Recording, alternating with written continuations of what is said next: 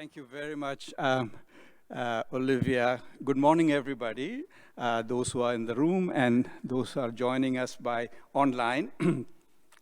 It's really a great pleasure, and I want to thank the Institute and the World Bank and Olivia personally for inviting me to be here.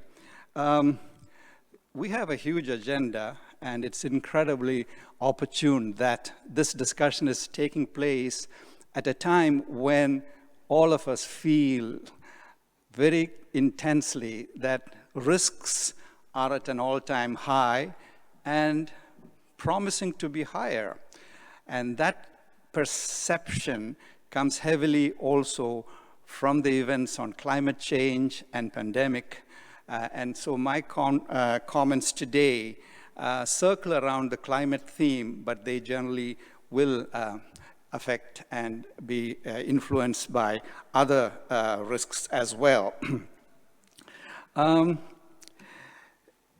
The understanding risk in Asia in particular has a meaning because this region, Southeast Asia, Asia in general, really is at the frontier of risks in many ways by very many ratings. And so the region's own performance, well-being depend heavily on how these issues are addressed. So to guide us and be efficient about this, I thought I would use some selected slides in two parts, one on understanding risk and one on Asia. So let me see if I can get this.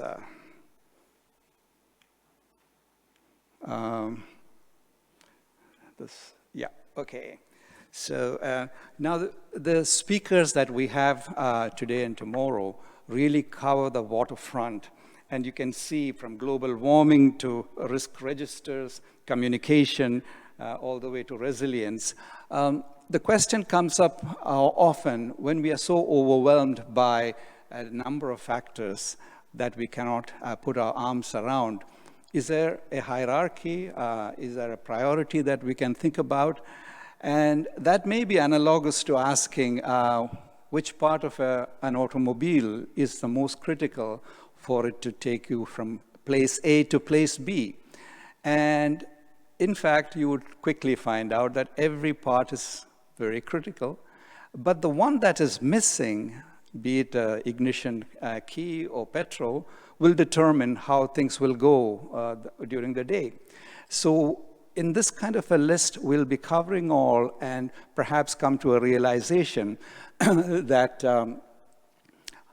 it's country-specific, it's region-specific, and the gaps seem to vary enormously, and communication might be the critical one in many instances. And so we pay attention to the whole holistic storyline, but in particular, those that are missing in the panorama. I have to share with you perhaps 5 examples to make 5 points. And the first and the last, as I was listening to Olivia, go straight to her question. So the first one has to do with attribution. When you think about risks where responses have been reasonable, attribution was possible, and the cause and effect link were made in a way that touches you with some traction. Vaccines in response to a diagnosis on the virus would be a case in point. Terrorism, terrorists, and so on. In the case of climate change, although we have that picture here on the left, it fits like a glove that carbon emissions and warming go together. That is well known. However, on a day-to-day basis, it is a 2 or 3 step relationship. There is more carbon emissions, there is more warming, sea levels rise. That in turn leads to natural disasters in different ways across the world. And therefore, we need to circle back and do something about fossil fuels and energy use. That isn't as tangible as cigarette smoking and cancer. How do we break this attribution dilemma? And it's a conundrum, and it is part of the reason why climate change would be considered one of the most wicked of problems.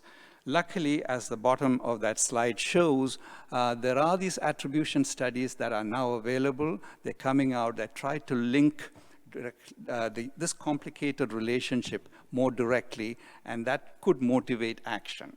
So that's my first example. The second one is the second one is the realization that every high now seems to be a bit higher than the previous. So it is not enough to prepare in terms of resilience to get back, as we used to define resilience, to where we were, or cope. You fall down, you get back, and that's resilience. Risk, by the way, is an average change in what you expect. And uncertainty, by the way, would be the average may be the same, but the distribution is different. There may be big highs and big lows, but overall you may still be, on average, facing the same amount of risk. So we have risk, uncertainty, resilience. But in the case of resilience, here in this example from the Philippines, you have three incredible storms. The first one, Sendong, in the south of the Philippines, where one hadn't seen December catastrophes of that order of magnitude. So in the first instance, in 2011, some 1,200 people died in the two cities of Cagayan de Oro and the neighboring one. In the second instance, Pablo, a year from that, people knew that this could happen, and no one died in those two cities. That's an extraordinary story, and the storm was just as severe. And so there's a learning. Although there was a higher level, in a way, the response was possible. But the third one calls into question that when all bets are off, do we know what to do? And that is Hurricane Haiyan, the likes of which we've never seen. It's like a jumbo jet landing, and you're standing right in front. In that, perhaps 10,000 people died, even after the lessons of the previous one, just a year later, 2013, which is making the point that the new heights are higher, and they could be higher and higher. When we think about risk and resilience, if we are used to building coping mechanisms that get back to where we were, we are talking about building in prevention in a way that we have not done in the past. If the split between prevention and response was 20-80 in the past, it may have to flip the other way to 80-20 if the next round of risks are going to be that much higher. So that's the second point on the new heights. The third one, following from the second, is that there are these examples of responses to risk that take into account both the higher risk and the greater uncertainty that I mentioned, that gives us a handle on resilience in a somewhat more appropriate way. So in this picture, Kamaishi Prefecture in Japan during the tsunami, the school children were drilled and taught that you seek the high plane that is near you when the tsunami hits. And they were clear about that. But when they saw what was coming, again, all bets were off. This isn't anything that we had seen before, even in pictures. And they took it upon themselves to seek again and again the highest possible plane where they could be, and in the process helping the younger children also to go with them. There were 5 casualties in that particular area against a massive casualty across the board. So improve, innovate, and in this case, break the rules, or you can say break the norms, that we thought would apply in the past. So that would be the third. The fourth one is actually more is closer to home, and we are facing it now. Is it possible that against the optimism that we can handle risk with lessons and seek a higher plane, etc., there is something at work that we need to be watchful about, and that is there could be a vicious cycle, not a virtuous cycle, that needs to be broken. The example I have in mind here is that the global warming phenomenon played havoc with energy supplies. Texas was an example. Following that, the supplies were constrained. Demand bounced back following the pandemic, which is still going on, but nevertheless, and the gap has become larger. And poverty reduction, which is the goal as well, very importantly, calls for making access to electricity possible against these odds. So relying again on coal and fossil fuels is a pressure that comes out of a phenomenon that was unleashed by global warming. Another example would be just more use of cooling when the temperatures are high, and more cooling and more energy, and if it means fossil fuels, there will be more warming. And I think you will be discussing some of this in the sessions, but my point here is that there is an uncomfortable vicious cycle at play, breaking which might call for circuit breakers of a kind that we haven't seen. And then fifth would be, the fifth one would be communication. I think it is a centerpiece of a lot of discussion, and this again links back to one of Olivia's questions. Right, do we have a handle on or a control over risk? And in this case, communication comes in a big way because in the case of climate change, the knowledge action gap arguably is the biggest that we have ever seen. Scientific knowledge could not be clearer on such a complex phenomenon about cause and effect and what lies ahead. Action, honestly, couldn't be slower against that knowledge because 419 parts per million in the air is something we have never seen, so it's going the wrong way. We could have a lot of nice boutique projects that makes the carbon transition and celebrate them and see how they can be scaled up. The World Bank is doing unprecedented amounts of lending and grants for this purpose. That was, I was referring to Deepak's nice comments. It's a drop in the bucket because the evidence is going the other way. So how do we break this knowledge action gap, and communication comes into play? And we'll hear, I'm sure, about innovative, real-time, innovative and also effective communication that touch us in a way that also will answer Olivia's question. One small example is that in the midst of a natural disaster, the media is very loath to identify the cause and effect when it counts and when people's attentions are most focused on it, whereas there are very many, numerous, endless, excellent shows on climate change that stay separate from the reality. Economists also have a problem here in the sense that if you take growth models, how do countries grow? You do not see climate change mentioned. You don't even see natural capital and the environment mentioned.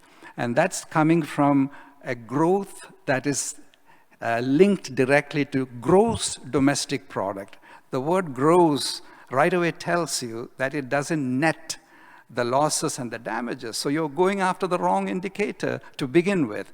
And even the Nobel Prize that was given for economics had a very high discount rate, meaning the future generation counts in a way will take care of itself. And so instead of having a low discount rate that will justify the World Bank projects for climate change better, The thinking, at least in the 90s and 2000s, was that no, it's just like any other project that it needs to face the market discount rate. So with all of that, communication needs to bring the urgency in real time when it counts, so that people see that the bushfires in Australia and fires in California and the floods right now in Chennai and so on have a one-to-one relationship, and we need to link that to high carbon, in this case,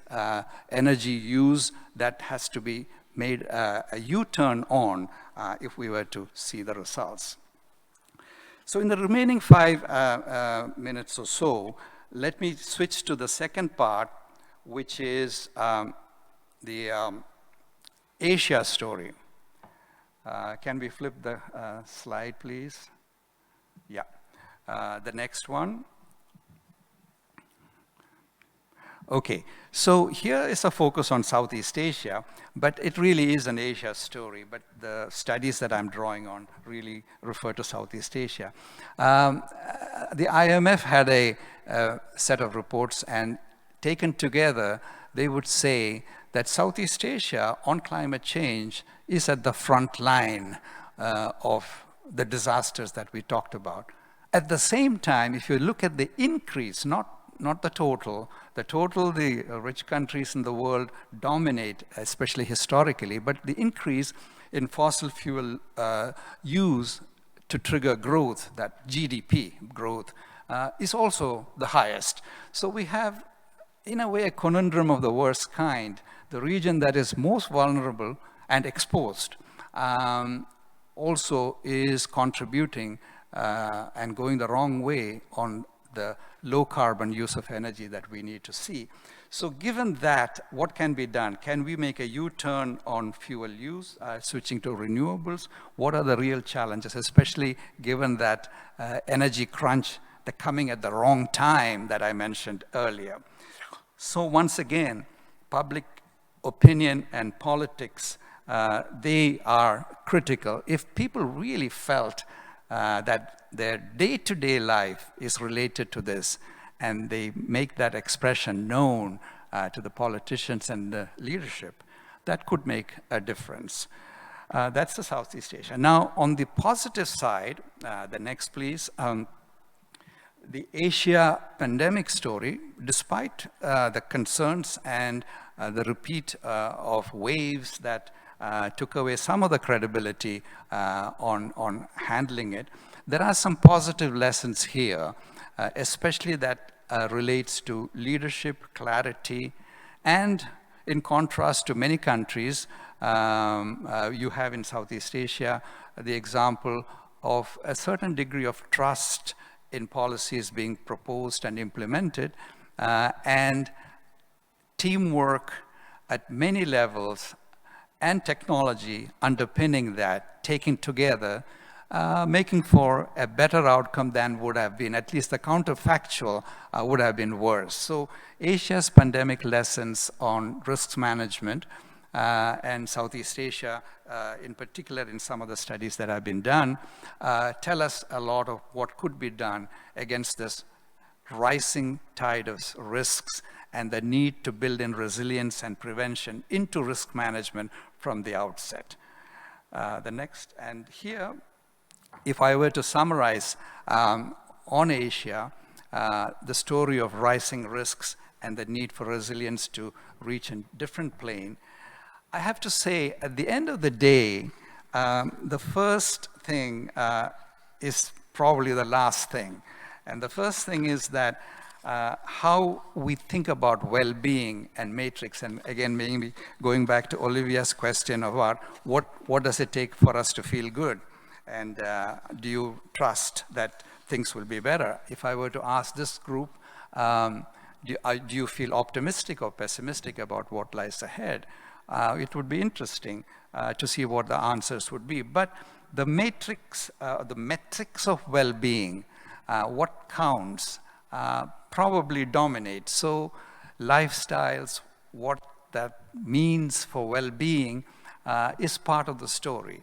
And we probably are not there yet, but are there possibilities that we see that can be scaled up, that align the thinking about what makes us feel good and right about being with the reality of rising risk and what cannot be in the future that we may have gotten used to in the past. And that is very much related to the low carbon story.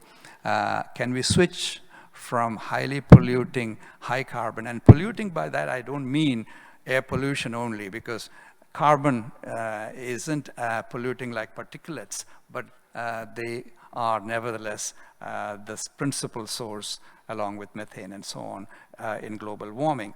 And prevention, which I emphasize very, very strongly, suffers from the politics of prevention.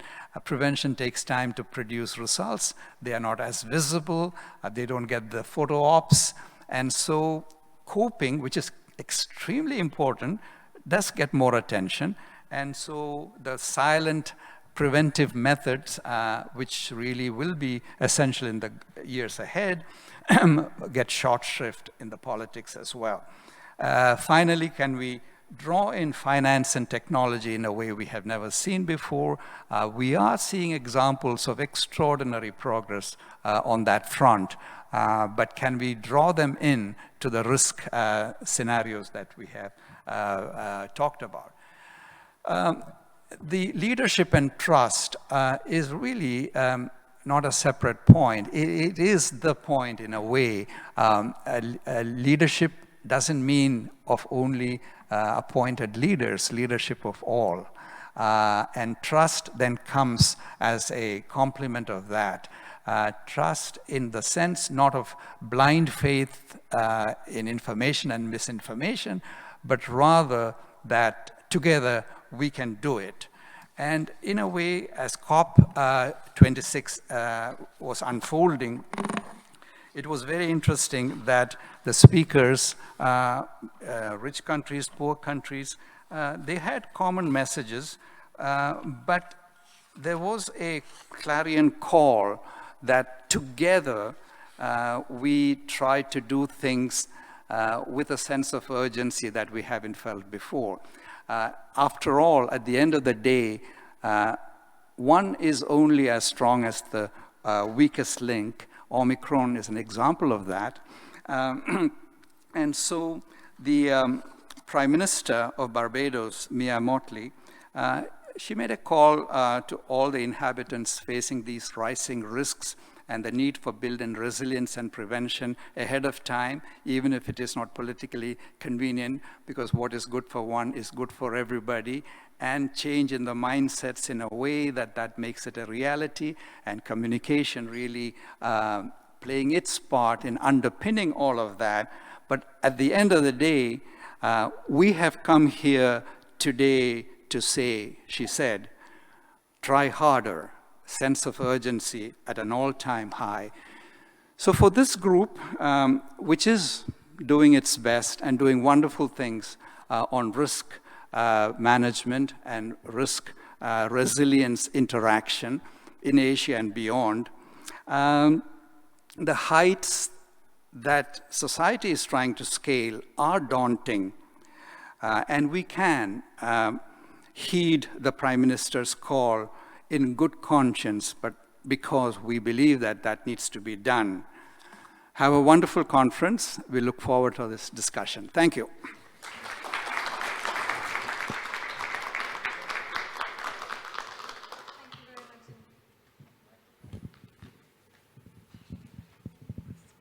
Okay, yeah, I'll sit with you. Yeah.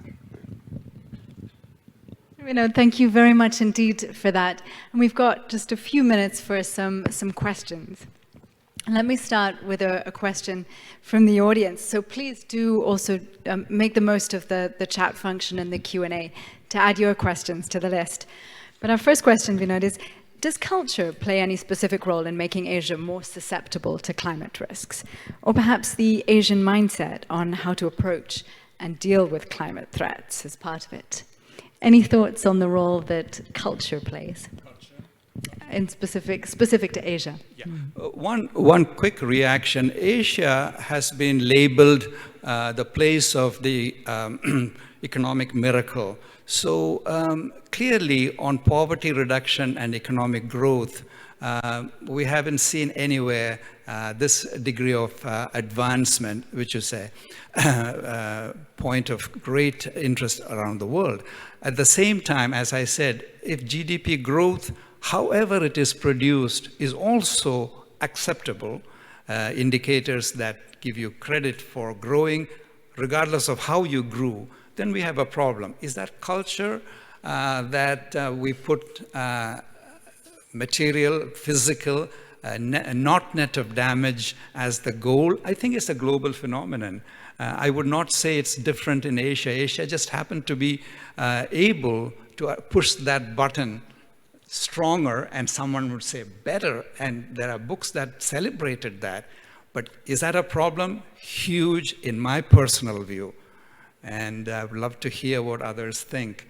That I don't think it's a different culture, at least in my view, but it's a stronger reaction to a reality that needs to change. Thanks, Vinod. Interesting. May I ask you about trust? You mentioned that quite strongly at the end of your speech. And I'm wondering whether there's another aspect to trust. Is it possible that somehow, that in some cases, strong levels of trust in government actually reduce people's individual resilience or their feeling of responsibility that they need to take actions for themselves? You could see that at the level of adaptation, responding to shocks, but also perhaps at the level of mitigation, that people feel that this is something that government will take care of and they'll wait for regulation. Right. So I think Olivia opened up two huge strands that deserve attention during the discussion. Very quickly on mitigation and adaptation, not just to climate change, mitigation being prevention, adaptation taking it, but coping. Both are important, and we could get into that in detail. But when it comes to mitigation, at least in my classes, I sense the national of country A would be okay with country B mitigating, and much less country A itself mitigating. Adaptation, there is more trust in the government, for example, making a case for sea level protection and better drainage system, etc., but not so much for switching to low carbon. So the trust in this case on mitigation adaptation seems to go with really how aligned is what people's thinking anyway with respect to what the government is doing. Now, the regulation, the other big axis that you opened up is regulation, let's say command and control, thou shalt, versus market, more free decisions on the part. Well, there is a distinction between the two. And again, it goes back to what I kind of hinted at, which is our sense matrix of well-being. If part of the well-being is the freedom to choose in that sense, there is a premium on market-oriented solutions and less on command and control. But if you are facing that vicious cycle I mentioned where there is a potential for downward spiral, how do you put a circuit breaker without command and control? The market solution will not get you there. So aren't we just talking about a balance of the two and a real recognition and an honest, transparent communication of what we are doing? And we can wish for that. Not all societies are able to strike that balance. Vinod, thank you so much. That's all we have time for in terms of Q&A, but we really appreciated your comments. So please join me in thanking Vinod Thomas once more for his lovely opening speech.